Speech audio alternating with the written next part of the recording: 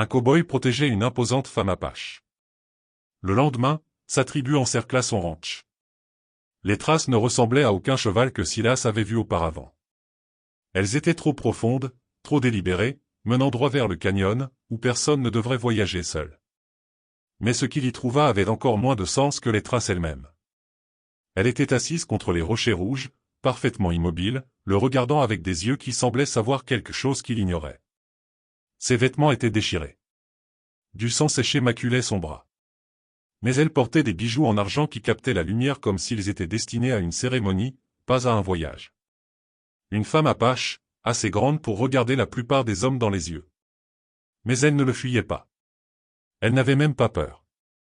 Quand leurs regards se croisèrent, elle prononça un seul mot dans sa langue, puis passa à l'anglais comme si elle l'avait attendu depuis toujours. Vous êtes venu, mais c'était impossible. Silas ne l'avait jamais vu auparavant, n'était jamais allé dans ce canyon, n'avait jamais suivi ces étranges traces jusqu'à aujourd'hui. Comment aurait-elle pu l'attendre? Et pourquoi était-elle habillée comme quelqu'un d'important, assise seule et blessée au milieu de nulle part, parlant comme s'ils avaient prévu de se rencontrer? Le plus étrange n'était pas son calme, ni l'argent coûteux qu'elle portait. C'était le son qui résonnait du plus profond du canyon, des voix appelant en apache, se rapprochant. Mais elle ne montra aucun soulagement en les entendant. Au lieu de cela, sa main se déplaça vers quelque chose de caché dans ses vêtements, et ses yeux ne quittèrent jamais son visage. « Il me cherche », dit-elle doucement. « Mais pas pour m'aider. » Silas entendit les voix devenir plus fortes, plus urgentes. Son instinct lui disait de monter à cheval et de s'éloigner des ennuis que cette femme transportait. Mais quelque chose dans sa voix, la façon dont elle regardait les parois du canyon comme si elle contenait sa condamnation à mort, le fit hésiter. « Qu'avez-vous fait » demanda-t-il. Elle se leva lentement, et il réalisa à quel point elle était grande, atteignant presque sa propre taille, se déplaçant avec la grâce de quelqu'un habitué à commander. « J'ai refusé d'épouser l'homme que mon père a choisi, un homme qui unirait notre tribu à une autre par mon sacrifice. » Les voix étaient proches maintenant, trop proches. Silas pouvait distinguer des mots individuels, bien qu'il ne les comprît pas. Ce qu'il comprenait, c'était le ton. Il n'appelait pas une fille perdue. Il chassait. « Ils me tueront avant de me laisser déshonorer l'arrangement, » dit-elle, le regardant avec une fermeté qui lui serra la poitrine. « Et ils tueront quiconque m'aide. » Silas regarda son cheval, puis la femme dont il ne connaissait même pas le nom. Le choix intelligent était évident. Le bon choix semblait être tout autre chose. Les voix passèrent le tournant. En quelques secondes, il les verrait tous les deux. Silas prit sa décision, sachant que ce pourrait être le dernier choix qu'il ferait en tant qu'homme libre. Il lui tendit la main, mais alors qu'elle l'atteignait, le premier guerrier apache apparut à l'entrée du canyon, et Silas réalisa qu'il venait de mettre les pieds dans quelque chose de bien plus dangereux qu'une simple fiancée en fuite. Le guerrier apache se figea en les voyant, sa main se déplaçant vers le couteau à sa ceinture. Silas sentit les doigts de la femme se refermer sur son poignet, non pas pour chercher de l'aide, mais pour le maintenir stable, comme si elle savait qu'il pourrait s'enfuir. « Ayana » appela le guerrier, sa voix portant un mélange de soulagement et de quelque chose de plus sombre. « Père nous a envoyés pour te ramener à la maison. »« Dis à mon père que je choisis ma propre voie, » répondit-elle, sa voix portant à travers le canyon avec l'autorité de quelqu'un né pour diriger. 3 autres guerriers émergèrent de derrière les rochers. Silas compta les chances dans sa tête. 4 contre 1 avec une femme à protéger qui pourrait être plus un fardeau qu'une aide. Sa main resta près de son arme, mais il ne la dégaina pas. Pas encore. Les yeux du premier guerrier se tournèrent vers Silas, l'étudiant avec l'attention minutieuse d'un homme évaluant une menace. « Homme blanc, tu ne comprends pas dans quoi tu t'es engagé. Cette femme appartient à un autre. »« Je n'appartiens à personne, » dit Ayana, se plaçant légèrement devant Silas. Le mouvement était subtil, mais il envoyait un message. Elle le protégeait autant qu'il la protégeait. « Ton futur mari a déjà payé le prix de la fiancée, » dit un autre guerrier. « L'alliance entre nos tribus dépend de cette union. Tu risquerais une guerre pour tes désirs égoïstes. » Silas vit quelque chose changer dans l'expression d'Ayana. Une lueur de doute, de culpabilité peut-être, mais elle ne recula pas. « Je ne serai pas échangé comme un cheval pour assurer une paix qui ne devrait jamais exiger mon sacrifice. » La patience du guerrier en chef s'épuisait. Silas pouvait le voir à la tension de ses épaules, à la façon dont sa prise se resserrait sur son arme. « Viens de ton plein gré ou nous te prendrons de force. » L'homme blanc peut s'en aller et prétendre que cela n'est jamais arrivé. Non, dit simplement Ayana. Le mot resta suspendu dans l'air du canyon comme l'instant avant que la foudre ne frappe. Silas sentit le changement dans la posture des guerriers. Il les vit s'écarter légèrement, créant de meilleurs angles d'attaque. Alors nous avons un problème, dit le guerrier en chef, dégainant son couteau. C'est alors que Silas remarqua ce qu'il aurait dû voir plus tôt. Ce n'étaient pas n'importe quels guerriers apaches. Le perlage complexe de leurs vêtements, la qualité de leurs armes, la façon dont ils se comportaient avec une confiance absolue en leur autorité. Ces hommes ne chassaient pas seulement une fiancée en fuite. Ils chassaient la fille d'un chef. Ayana a dû voir la prise de conscience sur son visage. Maintenant tu comprends ce que tu as choisi de défendre, dit-elle doucement.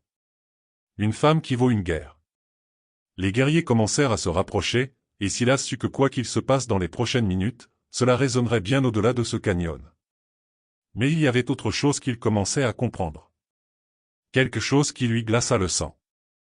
Si ces guerriers devaient le tuer pour ramener Ayana, il n'y aurait aucun témoin pour dire qu'elle n'avait pas été enlevée par un rancher blanc. Et rien n'empêcherait son père d'utiliser cette histoire pour justifier la guerre qu'il voulait apparemment. Quoi qu'il en soit, Silas dégaina son revolver d'un mouvement fluide, le clic métallique résonnant contre les parois du canyon. Les guerriers apaches s'arrêtèrent, non par peur, mais par calcul. Ils savaient aussi bien que lui qu'un pistolet contre 4 couteaux en combat rapproché était une mauvaise cote pour tout le monde. « Je ne cherche pas les ennuis, » dit Silas, gardant son arme pointée sur le guerrier en chef. « Mais je ne resterai pas les bras croisés pendant que vous emmenez une femme contre son gré. » Le guerrier sourit, mais ce n'était pas agréable. « Tu penses qu'il s'agit des souhaits d'une seule femme? Ce mariage empêchera la mort de centaines de personnes. Son égoïsme menace nos deux peuples. » « La guerre de qui ?» exigea Ayana, s'avançant malgré la posture protectrice de Silas. « La guerre de père ou la guerre dont vous, les guerriers, avez faim? J'ai entendu les réunions du conseil. Je sais que certains d'entre vous se lassent de la paix. » L'accusation fit mouche. Silas vit l'éclair de colère dans les yeux du guerrier en chef. La façon dont les autres se déplacèrent, mal à l'aise. Il y avait de la politique ici. Des couches de conflits tribaux qu'il ne pouvait pas comprendre. La parole de ton père est loi, dit le guerrier les dents serrées. Et sa parole est que tu rentres chez toi pour remplir ton devoir. Alors laissez-moi parler à mon père moi-même, répondit Ayana. Face à face, comme c'est mon droit en tant que sa fille. Tu as perdu ce droit quand tu t'es enfui comme une lâche dans la nuit. Silas saisit l'insulte subtile, vit comment elle raidit le dos d'Ayana. Ce n'était pas seulement des guerriers récupérant une fiancée en fuite. C'étaient des hommes qui la désapprouvaient, la détestaient peut-être même pour avoir perturbé leur plan. Elle n'ira nulle part contre sa volonté, dit fermement Silas. L'attention du guerrier en chef se reporta sur lui. Tu mourrais pour une femme que tu as rencontrée il y a quelques instants. Une femme dont l'existence même menace la sécurité de ton peuple. Que veux-tu dire? Quand nous reviendrons sans elle, nous devrons rapporter ce que nous avons trouvé. Un rancher blanc qui a enlevé la fille du chef. Combien de temps penses-tu que ton ranch tiendra une fois que cette histoire parviendra à notre peuple? Les mots frappèrent Silas comme de l'eau froide. Il était manœuvré dans une position impossible. Aider Ayana à s'échapper et devenir l'étincelle qui déclenche une guerre. Les laisser la prendre et regarder une femme innocente être forcée à un mariage avec un homme qu'elle méprisait. Il y a une autre solution, dit doucement Ayana. Dites à mon père que vous n'avez pas pu me trouver. Dites-lui que j'ai disparu sans laisser de traces. Nous ne pouvons pas mentir à notre chef, dit l'un des autres guerriers, parlant pour la première fois. Même si votre vérité déclenche une guerre qui tuera vos frères, demanda-t-elle. Les guerriers échangèrent des regards. Silas pouvait voir le conflit sur leur visage. Le devoir luttant contre le doute, l'honneur aux prises avec le pragmatisme. C'est alors que le bruit de chevaux approchant leur parvint de l'entrée du canyon. Plus de cavaliers arrivant rapidement, et au tonnerre des sabots, ils étaient nombreux. Le visage du guerrier en chef pâlit. Le groupe de recherche de la tribu rivale, ils sont en avance. Le cœur de Silas se serra tandis qu'il comprenait. Ce n'était pas seulement le père d'Ayana qui la cherchait. Les gens de son futur mari la chassaient aussi. Et s'il la trouvait ici avec lui, les complications diplomatiques deviendraient le cadet de ses soucis. Combien? Demanda Ayana, sa voix tendue par une nouvelle peur. Assez pour s'assurer que tu n'aies plus jamais le choix, répondit le guerrier. Et pour la première fois, Silas entendit une véritable inquiétude dans sa voix. Et assez pour s'assurer qu'aucun témoin ne reste pour compliquer leur histoire. Les chevaux se rapprochaient, leurs cavaliers poussant fort à travers le désert. Silas pouvait en compter au moins 8, peut-être plus. Et ils chevauchaient avec l'urgence d'hommes qui avaient trouvé la piste de leur proie. « Nous devons bouger », dit le guerrier en chef, son animosité envers Silas soudainement remplacée par quelque chose qui s'approchait de la coopération. « Si les hommes de Red Bear la trouvent ici, ils la prendront de force, et quiconque s'opposera à eux mourra. »« Red Bear » demanda Silas. « L'homme à qui j'ai été promise, » dit Ayanna, sa voix lourde de dégoût. Un guerrier qui croit que les femmes sont des possessions à réclamer, pas des personnes à respecter. L'ironie n'échappa pas à Silas. Les mêmes guerriers apaches qui étaient prêts à la ramener de force il y a quelques instants semblaient maintenant véritablement inquiets qu'elle tombe entre les mains de Red Bear. « Il y a un passage caché, » dit l'un des plus jeunes guerriers, désignant une fissure étroite dans la paroi du canyon. « Il mène au sommet de la mesa. Nous pourrions l'éloigner d'ici. » Et ensuite, exigea Ayanna. « Me cacher comme un secret honteux pendant que vous décidez de mon sort ? J'en ai assez d'être traité comme un problème à résoudre plutôt que comme une personne avec des droits. » Silas admirait son courage, mais le courage n'arrêterait pas une douzaine de guerriers de faire ce qu'ils voulaient d'elle. Parfois, vivre pour combattre un autre jour est le seul choix que l'on a, dit-il doucement. Le bruit des chevaux devint assourdissant, résonnant contre les parois du canyon. Il n'avait plus le temps de débattre. « Par ici », ordonna le guerrier en chef. Mais il regardait maintenant Silas avec quelque chose comme du respect. « Tu aurais pu t'enfuir quand tu en avais l'occasion. Pourquoi ne l'as-tu pas fait ? » « Pour la même raison que tu l'aides maintenant au lieu de la livrer à Red Bear, » répondit Silas, suivant Ayanna vers le passage étroit. Certaines choses sont plus importantes que la voie de la facilité. Ils se faufilèrent à travers la fissure en file indienne. Ayanna en tête, Silas derrière elle, et les guerriers apaches fermant la marche. Le passage était étroit, les forçant à se déplacer lentement alors que chaque instinct criait à la vitesse. Derrière eux, ils pouvaient entendre des voix dans le canyon. Des hommes s'appelant les uns les autres en apache. Le groupe de recherche de Red Bear était arrivé. « Ils trouveront nos traces, » murmura l'un des guerriers. « Pas si nous avons de la chance, » répondit le chef. Mais la chance, Silas le savait, était une piètre stratégie lorsque des vies étaient en jeu. Alors qu'ils grimpaient à travers le étroit couloir de pierre, ils pouvaient entendre les voix en dessous devenir plus organisées, plus systématiques. Ce n'étaient pas des hommes qui abandonneraient facilement. À mi-chemin du passage, Ayanna s'arrêta brusquement. « Il y a quelque chose que vous devez tous savoir, » dit-elle, se tournant pour leur faire face dans l'espace exigu. « Red Bear n'a pas seulement offert un prix pour moi. Il a menacé de piller nos villages si mon père refusait. Ce mariage n'est pas une alliance. C'est une soumission. » Les visages des guerriers apaches s'assombrirent de compréhension. On leur avait dit qu'il s'agissait de paix, mais il s'agissait en réalité d'éviter une guerre pour laquelle ils n'étaient pas préparés. « Pourquoi ton père ne nous a-t-il pas dit ça ?» demanda le guerrier en chef. « Parce qu'il sait que vous préféreriez mourir en combattant plutôt que de vivre en sujet, » répondit Ayanna. « Et il essaie de vous protéger de ce choix. » Silas sentit la dernière pièce du puzzle se mettre en place. Il ne s'agissait pas seulement de la liberté d'une femme. Il s'agissait de la survie de tout son peuple. Et maintenant, qu'il le veuille ou non, son ranch se trouvait directement sur le chemin de force bien plus grande que lui. D'en bas vint le bruit d'une découverte, des cris, le raclement du métal contre la pierre. Les hommes de Red Bear avaient trouvé le passage. Les cris d'en bas résonnèrent à travers le passage de pierre tandis que les guerriers de Red Bear découvraient leur voie de fuite. Silas se pressa contre les parois étroites, sentant la pierre rugueuse érafler ses épaules alors qu'il grimpait plus haut au cœur de la mesa. « Il monte vite », murmura l'un des guerriers de la tribu d'Ayanna, regardant en arrière avec une alarme croissante. Ayanna se déplaçait avec une vitesse surprenante dans l'espace restreint, sa grande silhouette naviguant dans le couloir comme si elle l'avait déjà parcouru. Il y a une sortie de vent, mais elle débouche sur le sommet de la mesa. Un terrain complètement exposé. Mieux que d'être piégés ici comme des animaux, marmonna Silas, entendant les voix se rapprocher derrière eux.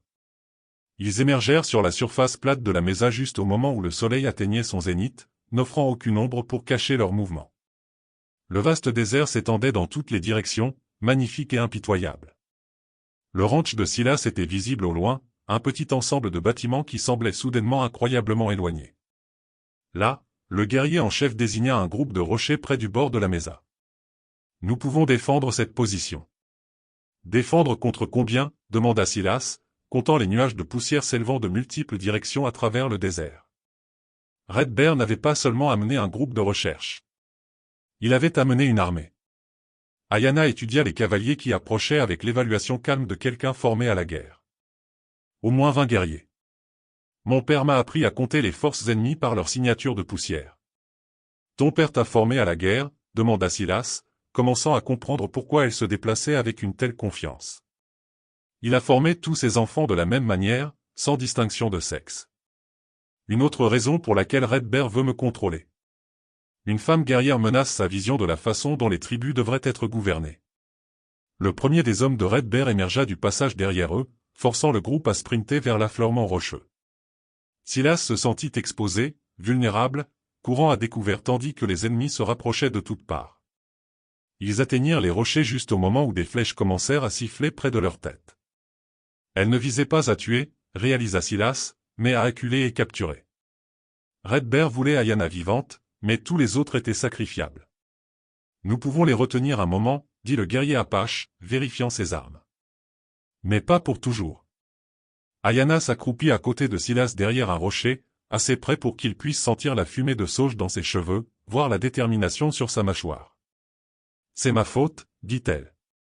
Vous n'auriez jamais dû être impliqué dans la politique tribale. Peut-être pas, répondit Silas, rechargeant son revolver. Mais je suis impliqué maintenant. Elle le regarda avec quelque chose qui aurait pu être de la gratitude ou peut-être quelque chose de plus profond. Quand cela finira mal, sachez que j'apprécie ce que vous avez essayé de faire. Ça ne finira pas mal si j'ai mon mot à dire. Mais même en parlant, Silas pouvait voir plus de guerriers encercler leur position. Red Bear ne prenait aucun risque.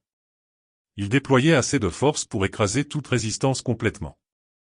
De leur forteresse rocheuse, ils virent Red Bear lui-même arriver à cheval. Un homme massif dont la seule présence semblait commander le désert autour de lui. Même à distance, Silas pouvait sentir le poids de son autorité, la certitude désinvolte de quelqu'un habitué à prendre tout ce qu'il voulait. Red Bear leva la main et ses guerriers cessèrent d'avancer. Puis il fit quelque chose qui glaça Silas jusqu'à la moelle. Il sourit et commença à chevaucher lentement vers leur position, seul et complètement sans peur. Il vient pour négocier, dit Ayanna. Mais sa voix ne portait aucun soulagement. Cela signifie qu'il est confiant de détenir déjà tous les avantages. Silas regarda la silhouette approcher et réalisa qu'elle avait raison. Les hommes comme Red Bear ne négociaient pas en position de faiblesse. Ils négociaient quand ils voulaient savourer leur victoire avant de la réclamer. Red Bear descendit de cheval à 50 mètres de leur position, assez près pour parler, mais assez loin pour éviter toute attaque désespérée. Il était encore plus grand qu'il n'y paraissait à cheval, avec des cicatrices sur les bras qui témoignaient d'innombrables batailles gagnées. Quand il sourit, c'était l'expression d'un prédateur qui a acculé sa proie. Ayanna, fille du chef loup debout, aplatit-il, sa voix portant facilement à travers la mesa. Tu nous as menés dans une sacrée course-poursuite. Je ne te dois rien, Red Bear, répondit-elle, se levant malgré les tentatives des guerriers apaches de la faire se cacher. Ni ma présence, ni mon respect, et certainement pas mon obéissance. Le rire de Red Bear fut profond et sincèrement amusé. Toujours aussi rebelle. J'admire cet esprit. Cela rendra notre mariage plus intéressant. Silas sentit Ayanna se tendre à côté de lui. Il pouvait la voir combattre chaque instinct pour répondre avec la fureur que Red Bear provoquait délibérément. Mais d'abord, continua Red Bear, son ton devenant plus sombre, nous devons régler l'insulte que tu m'as faite en courant te réfugier auprès d'un homme blanc. Pensais-tu que je ne l'apprendrais pas? Elle n'a pas couru vers moi, cria Silas. Je l'ai trouvée blessée et je lui ai offert de l'aide. Rien de plus. L'attention de Red Bear se fixa sur lui avec une intensité inconfortable. Ah, le sauveteur parle. Dis-moi, Rancher Blanc, sais-tu ce qui arrive aux hommes qui se mêlent des affaires apaches? J'imagine que vous êtes sur le point de me le dire. Ton ranch est sur une bonne terre. De l'eau, de l'herbe pour le bétail, des positions défendables. Mes guerriers l'observent depuis des mois, attendant la bonne raison de le réclamer. Le sourire de Red Bear s'élargit. Tu viens de me donner cette raison. Silas sentit le piège se refermer sur lui. Il ne s'était jamais agi seulement de récupérer Ayanna. Red Bear avait prévu de prendre ses terres depuis le début, et Silas avait marché droit dans la justification. Vous voyez, continua Red Bear, s'adressant à la fois à Silas et à Ayanna, maintenant, quand je retournerai dire au chef loup debout que sa fille était retenue captive par un rancher blanc, il n'aura d'autre choix que d'exiger justice. Et la justice dans ce cas nécessitera d'éliminer la menace que vous représentez pour notre peuple. Mon père ne croirait jamais de tels mensonges, dit Ayanna. Mais Silas pouvait entendre le doute s'insinuer dans sa voix. Ton père est vieux, ma fille. Vieux et désespéré d'éviter la guerre que je lui ai promise si ce mariage n'a pas lieu. Il croira ce qu'il a besoin de croire pour garder son peuple en sécurité. Le guerrier Apache en chef qui avait poursuivi Ayanna s'avança. Red Bear dit la vérité. Le chef a déjà accepté toute demande raisonnable pour assurer la paix. Le visage d'Ayanna devint blanc de compréhension. Son propre père sacrifierait Silas pour protéger la tribu, tout comme il était prêt à la sacrifier à l'ambition de Red Bear. Voici donc mon offre, annonça Red Bear. Ayanna vient avec moi de son plein gré et le rancher vit. Elle résiste et je la prends quand même. Mais d'abord, mes guerriers s'assureront que personne ne survive pour raconter une version différente de cette histoire. Silas vérifia ses munitions. 6 balles contre 20 guerriers ou plus. Le calcul était simple et entièrement mauvais. Mais en regardant Ayanna, voyant la façon dont elle redressait les épaules et levait le menton en préparation de ce qui allait suivre, il réalisa que quelque chose avait changé. Elle ne regardait plus Red Bear avec peur. Elle le regardait avec le calcul froid de quelqu'un qui planifie une guerre.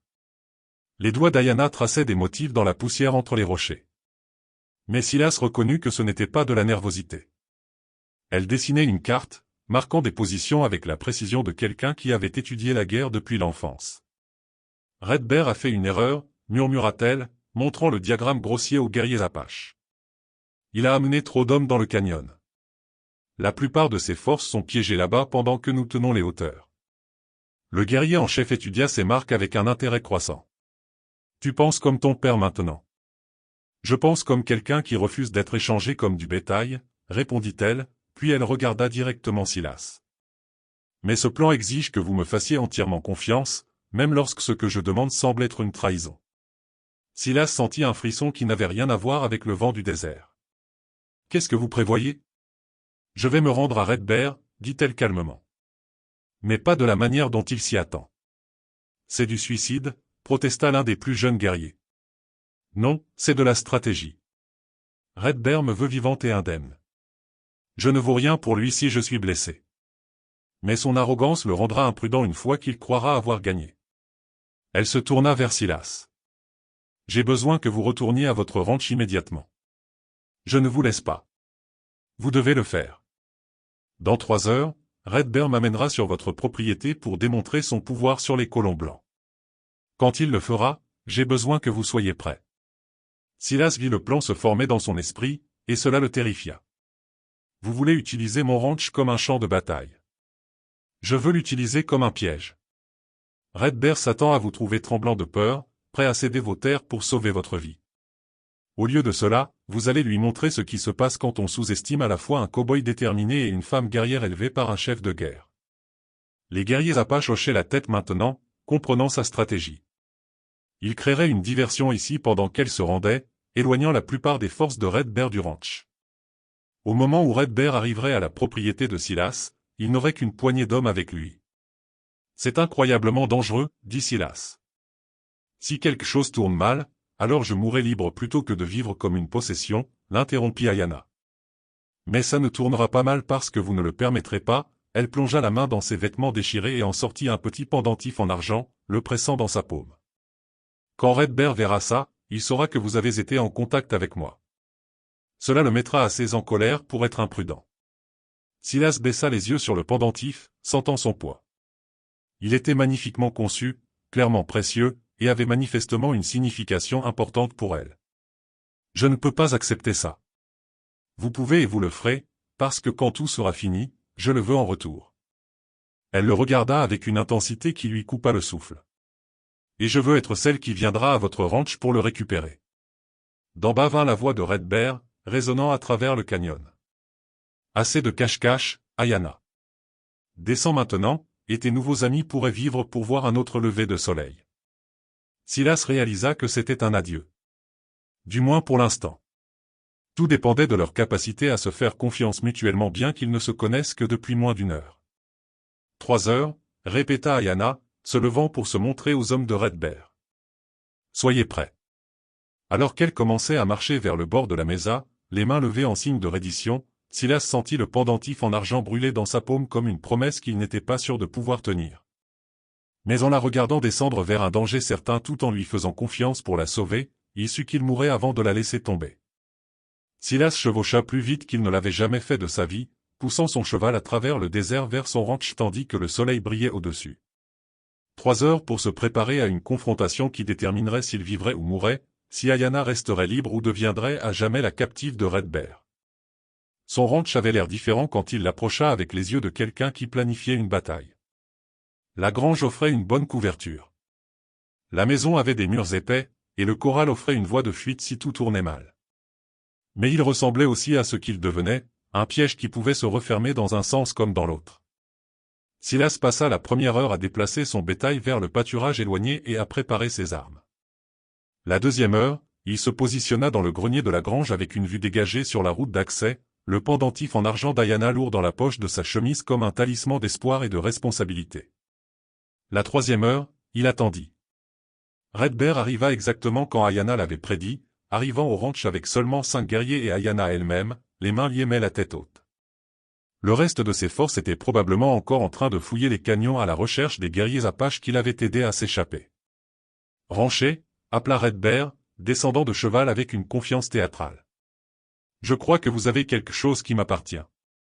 Silas sortit de la grange, le pendentif en argent bien visible dans sa main. L'effet fut immédiat. Le visage de Red Bear s'assombrit de rage. Alors, tu l'as bien volé, gronda Red Bear. Tu as pris ma femme promise et les bijoux de sa famille. Elle me l'a donné librement, répondit Silas, observant Ayana croiser son regard et faire un signe de tête presque imperceptible, tout comme elle a choisi librement de demander ma protection. La main de Red Bear se déplaça vers son arme. Alors tu mourras pour ton vol. C'est alors qu'Ayana passa à l'action. Les cordes autour de ses poignets tombèrent. Elle les avait desserrées pendant tout le trajet. D'un mouvement fluide, elle saisit un couteau à la ceinture du guerrier le plus proche et le pressa contre la gorge de Red Bear avant que quiconque ne puisse réagir. Le seul vol ici, dit-elle calmement, est ta tentative de voler ma vie et le leadership de mon père. Les guerriers de Red Bear levèrent leurs armes, mais ils hésitèrent. Tuer la future épouse de leur chef pour le sauver était un désastre politique qu'ils ne pouvaient pas se permettre. Tu me tuerais de sang-froid, demanda Red Bear, bien que Silas pût voir la sueur perler sur son front malgré son ton calme. Je mettrai fin à une menace pour la liberté de mon peuple, répondit Ayana. Mais je t'offre un meilleur choix. Quitte nos terres. Annule tes exigences. Trouve une autre tribu à intimider. Et si je refuse? Ayana sourit. Et c'était aussi dangereux que n'importe quelle arme que Silas avait jamais vue. Alors tout le monde apprendra comment Red Bear, le puissant guerrier, a été vaincu par une femme qu'il pensait impuissante. La fierté de Red Bear luttait avec son instinct de survie. Autour d'eux, ces guerriers attendaient des ordres qui ne viendraient jamais. Finalement, lentement, il hocha la tête. Ce n'est pas fini, dit-il alors qu'Ayana le relâchait.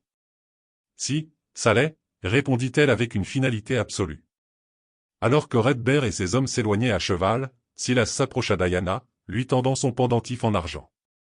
Elle le prit, mais ses doigts s'attardèrent sur sa main un instant de plus que nécessaire. Merci de m'avoir fait confiance, dit-elle. Merci d'avoir mérité cette confiance, répondit-il. Elle monta le cheval abandonné de Red Bear, se préparant à retourner auprès de son père avec la nouvelle de sa victoire. Mais avant de partir, elle se retourna vers Silas avec quelque chose comme une promesse dans les yeux. Ce pendentif appartient à la femme qui choisit sa propre voie, dit-elle.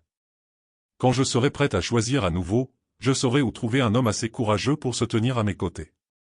Alors qu'elle chevauchait vers le soleil couchant, Silas réalisa que la protéger lui avait coûté son isolement, mais lui avait donné quelque chose de bien plus précieux. La certitude que certaines personnes valaient tous les risques. Si vous avez aimé cette histoire, cliquez sur la vidéo sur votre écran maintenant pour regarder un autre conte western inoubliable où l'honneur et le courage s'entrechoquent de manières inattendues. N'oubliez pas de vous abonner et d'envisager un super chat pour nous aider à continuer de vous apporter ces histoires. Votre soutien signifie tout pour nous.